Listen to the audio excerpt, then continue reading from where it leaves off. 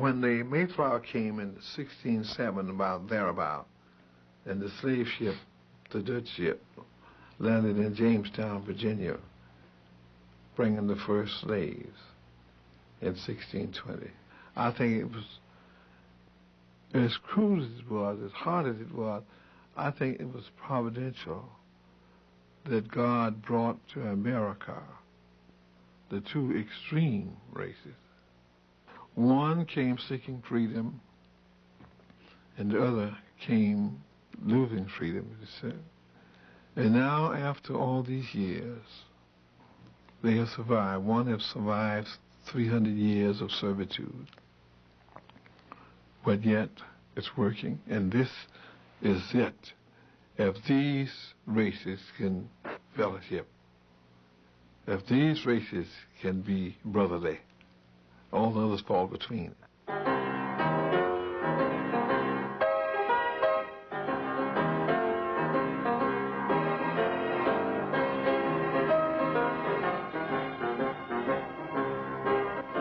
For affliction does not come from the dust, neither does trouble sprout from the ground.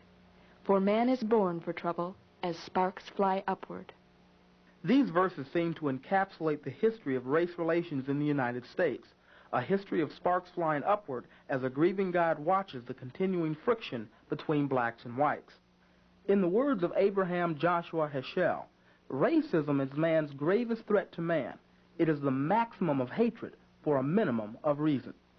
Laws to combat racism are in effect today, and institutions have been forced to change. But racism is not an abstract concept of the law or some vague evil that can be blamed on institutions alone. The real evil of racism is that it happens person to person, on an individual basis. It is people who pay the price of racism, and it is people who can reap the benefits of being brotherly to one another. So the challenge for our races continues. Can we truly be brotherly?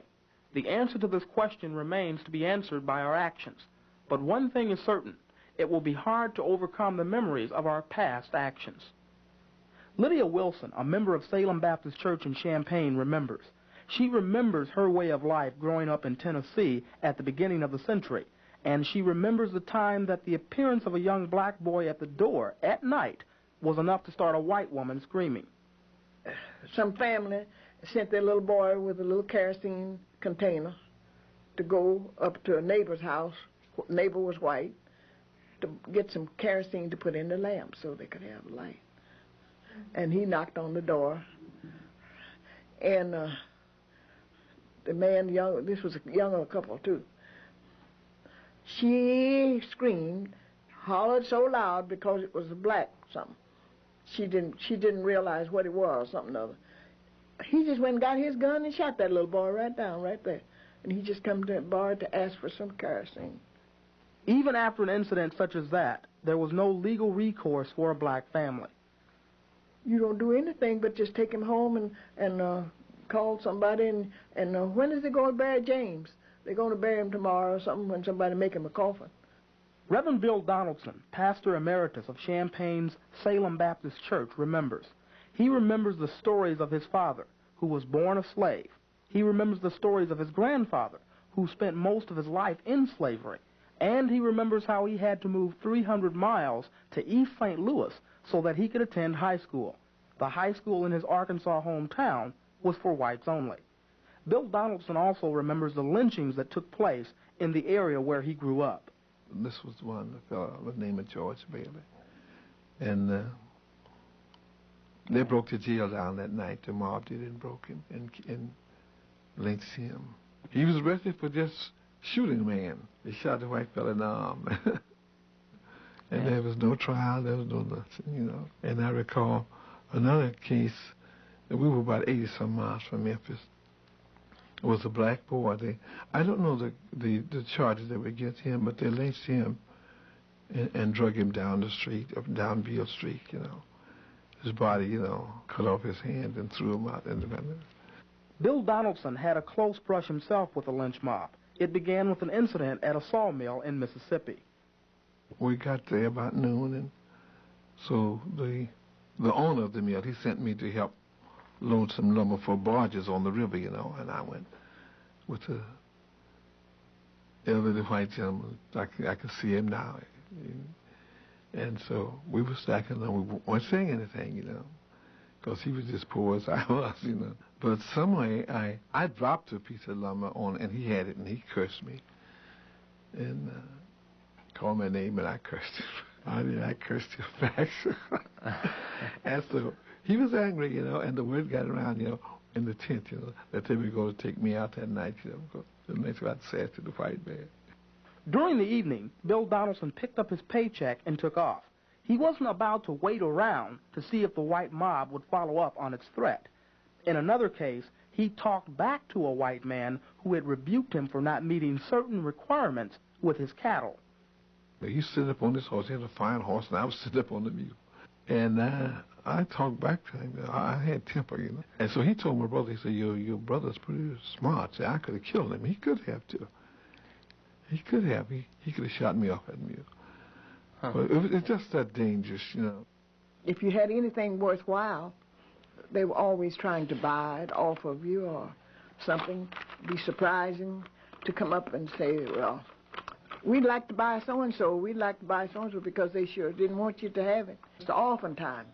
Somebody say, hello? You go to the door. You want to sell this? You want to sell that? I see you got a so-and-so out there. They said, no, we don't care to sell that. Well, I just left to have that, and then I got to so-and-so and so on. And they said, well, no, we don't want to sell. We don't want to sell nothing. And we'll have to have that for when spring comes so we can make our crops and things. They wanted the little black kids to be in tags and rags, you know. Mm-hmm. But my mother learned to sew. And she would make us dresses. And, of course, that would kind of cause a little bit of a jealousy, too, because she really would look in the Sears and Roebuck catalog and look at the dress and look at how it was kind of hanging, and she'd sit down and start taking newspapers and cut out and make us dresses. Many times, the jealousy of whites took on the destructive form of vandalism. In 1913, our mule came up, all cut across his breast, where the white boys had ran him into the barbed wires and fence and what. Just a whole lot of meanness and jealous. Another mule, this one owned by Lydia Wilson's uncle, suffered an even worse fate. While the family was away at church, somebody ran the mule off a cliff. The family found the animal with a broken neck. In the country, they know where you are all the time. If they don't know, they got somebody out to check on you. And they know what church and where you're going, about how long you'll be gone. And you'll be lucky to get back home and find your smokehouse still locked and your stuff like you left it. The irony was that although injustice was an everyday experience for many blacks, they were the ones who were labeled with the stereotype of being thieves. Down home, they're always talking about the niggers steal. They like things. They're human. They're the cause of Negro stealing because they didn't divide with them and they didn't give them a chance to use their own money and where they worked hard to buy these things. But you took all the money. How can they buy it? And they like good things to eat just like you do. They don't want wore-out clothes all the time. They don't want just the ham bone to boil their food with. You're supposed to stay in your place. Now, that was a word to the black man. You are supposed to stay in. You know where your place is. You're supposed to stay in your place. And you just go so far and no farther. Some whites were willing to warn blacks about which people to watch out for, which people were the most dangerous, but they did so at a risk. They would tell us to stay away from that person. They would warn us, you know, but not very loud, because that guy allowed to pick up a gun and shoot him if you were for them niggers. And he would just come up dead. When you start fighting back, that's when the trouble is. That's when the trouble comes. The black people are praying people, believed in prayer, and they sort of, you know, let things take care of themselves and just hope for the best. If the thought should pass your mind that the most blatant racism was contained to the past and to the South, think again. Throughout much of this century, Champaign-Urbana suffered under a system of segregation, the same as any Southern community. And that's not all in South. And that's not all a long time ago. Some of that's right around in Champaign. They're waiting for an opportunity. In fact, in the 1940s, blacks were not even allowed to dine in Champaign-Urbana restaurants. Ken Stratton, retired personnel director for the Champaign School District, remembers how certain black and white university students teamed up to evade this restriction. The white student would go into the cafe and order a meal. And then as soon as the meal came, a black would come in, sit down and eat it. Waitress would spit in the meal to keep the black from eating it. They'd pick it up and throw it in the garbage and all kinds of things. The managers would come out and say, we don't serve niggers in here, and throw the meal away. But the restaurants were just one small piece of our system of segregation. In Champaign-Urbana, the theater set aside a small section in the balcony, a section for blacks only. In 1945, my wife and I went to we were recording then, to a theater, the Orpheum, Rialto. I would never sit in the black side. We never would. My would encourage, let's go sit down there. They call the police, and I just sit there, and the police come and look at me, and I'm supposed to get scared and run. I was about 19. Didn't touch me because they didn't have any legal right to bother me, and I sat downstairs. And that man at the Rialto, every time I'd go downstairs, he said, you can't sit down there, go the other way. And we sat there. Jim Crow, this name, this symbol of segregation, had its beginnings as the lyrics in one of America's first international song hits. It was performed by a white pioneer who was doing a comic imitation of the Negro, Jim Crow. Jim Crow eventually became another name for Negro, and then it became synonymous with segregation. For example, a Jim Crow railroad car was a railroad car designated for blacks only. In the book Before the Mayflower, Lerone Bennett Jr. described the birth of Jim Crow this way. By 1901, Jim Crow was a part of the marrow of America, but he was no longer singing. He had turned mean. The song and dance man had become a wall, a way of separating people from people. Demagogue by demagogue, mania by mania, brick by brick, the wall was built. Blacks and whites were separated in almost any way imaginable. In some areas, white nurses could not treat blacks, and white teachers could not teach blacks. In South Carolina, white and black cotton mill workers could not even look out the same window. Oklahoma required the so-called separate but equal telephone booths, and Atlanta provided Jim Crow Bibles for black and white witnesses in court. Whites wanted to keep blacks as separate and as different as possible. According to Lydia Wilson, her grandmother had long, straight hair, but her mistress forced her to keep it cut short. The white mistress did not want her children to notice that their hair was the same as a black slave. If whites could pretend that blacks were truly different, they would have an easier time justifying their treatment of blacks. Surprisingly, the kindergarten through 6th grade classes were integrated in Champaign-Urbana until the 1930s.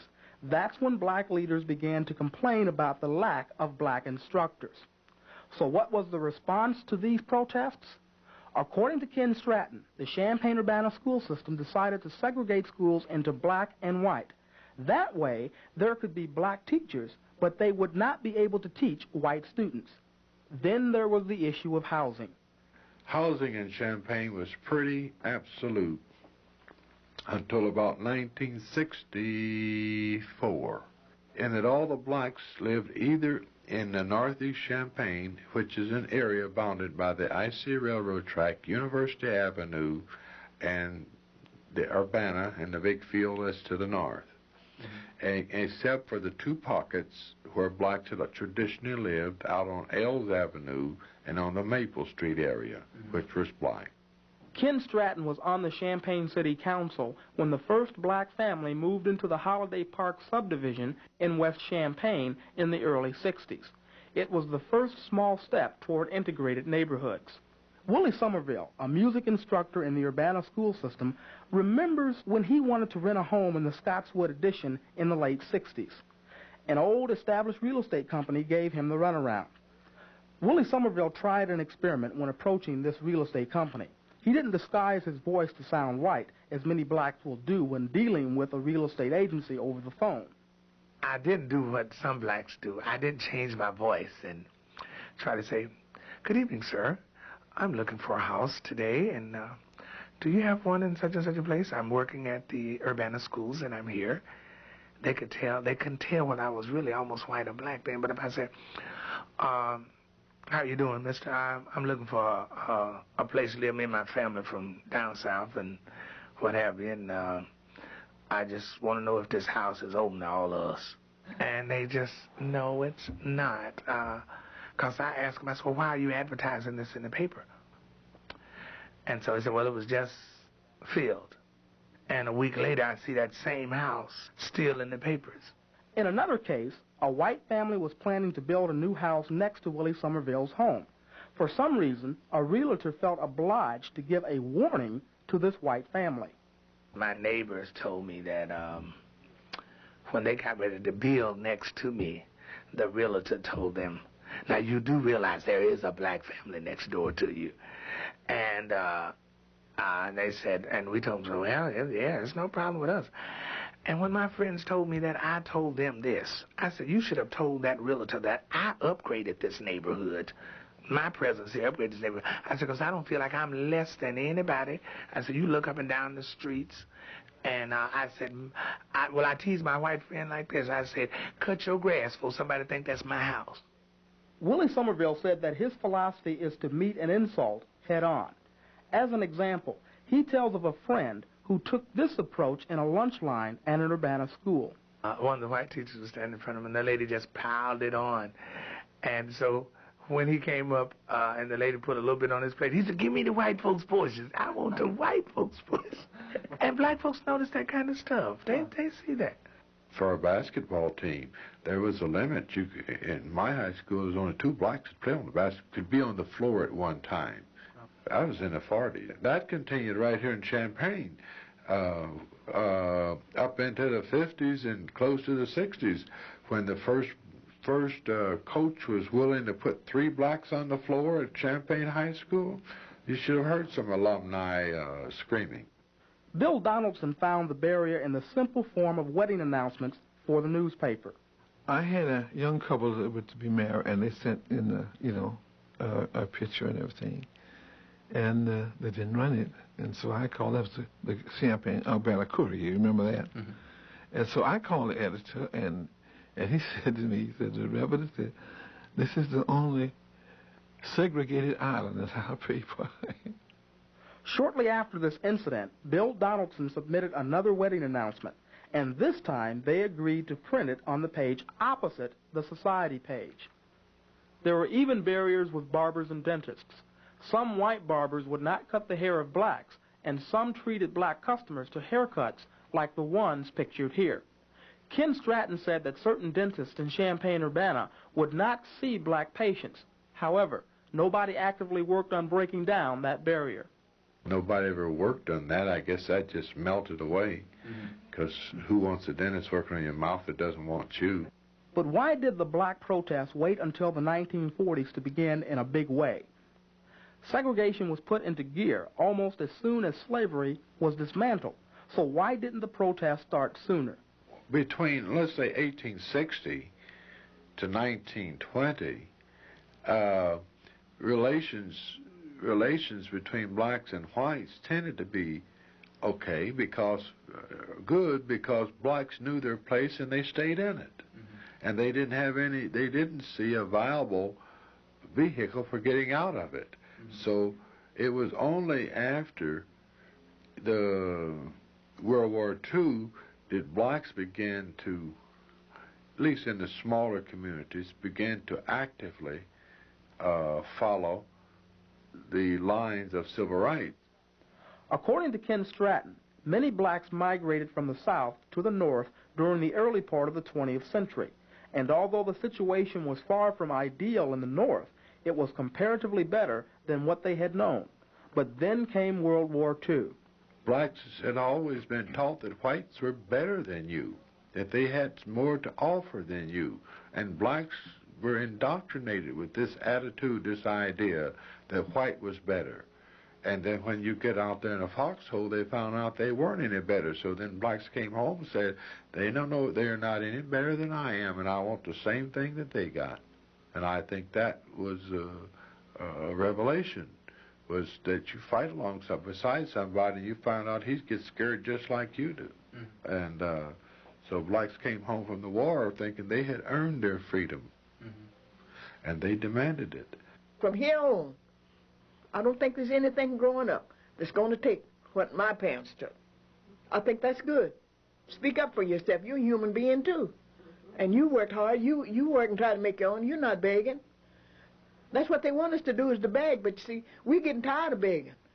The schools, the restaurants, the dentist offices, the stores, the theaters, piece by piece, brick by brick, the wall of Jim Crow was torn down. However, there is another institution that still remains essentially separated into black and white. Everything was worked on, broken down, except nobody has ever tackled churches, to integrate churches. I've heard people make statements that Sunday morning is the most segregated time in America, but nobody really has tackled it. The influence of the law is the most obvious reason that other institutions integrated while the church did not. In other areas of society, integration was legislated. When the law told us to integrate, we stubbornly gave in, and desegregation slowly progressed. If only we could listen as closely to God, who is calling us to fellowship across racial lines in our churches as well. If only we could give God's wishes the same respect that we give our law's wishes. Maybe then we would have integrated churches.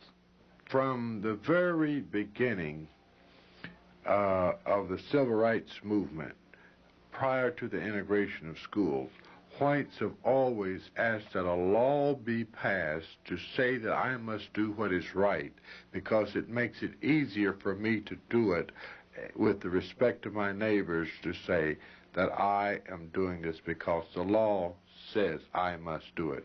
For example, there are many whites who did not mind blacks moving into their neighborhoods, but they wanted an open housing law so they could say, well, you know, whatever you say, I'm going to follow the law. So the law just makes it easier for people to do what they think is right already. When it comes to integrating our churches, there probably won't be any laws that will require us to fellowship across racial lines.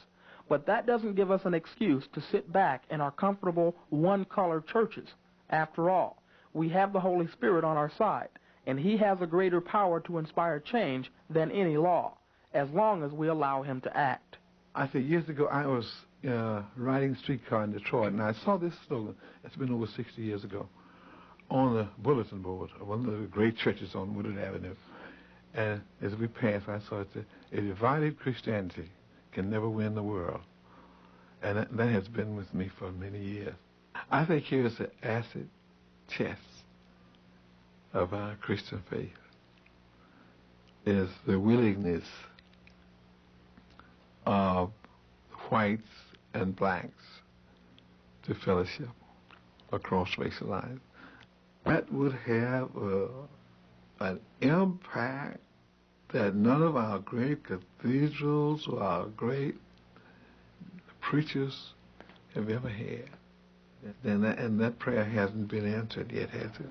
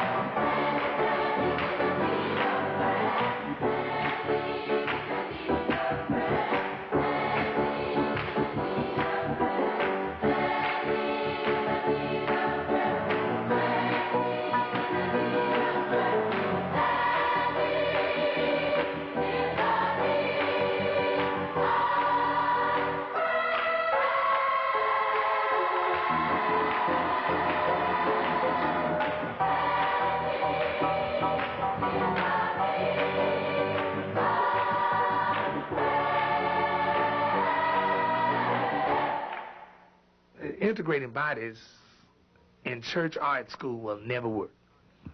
But integrating minds and hearts, that'll work to me.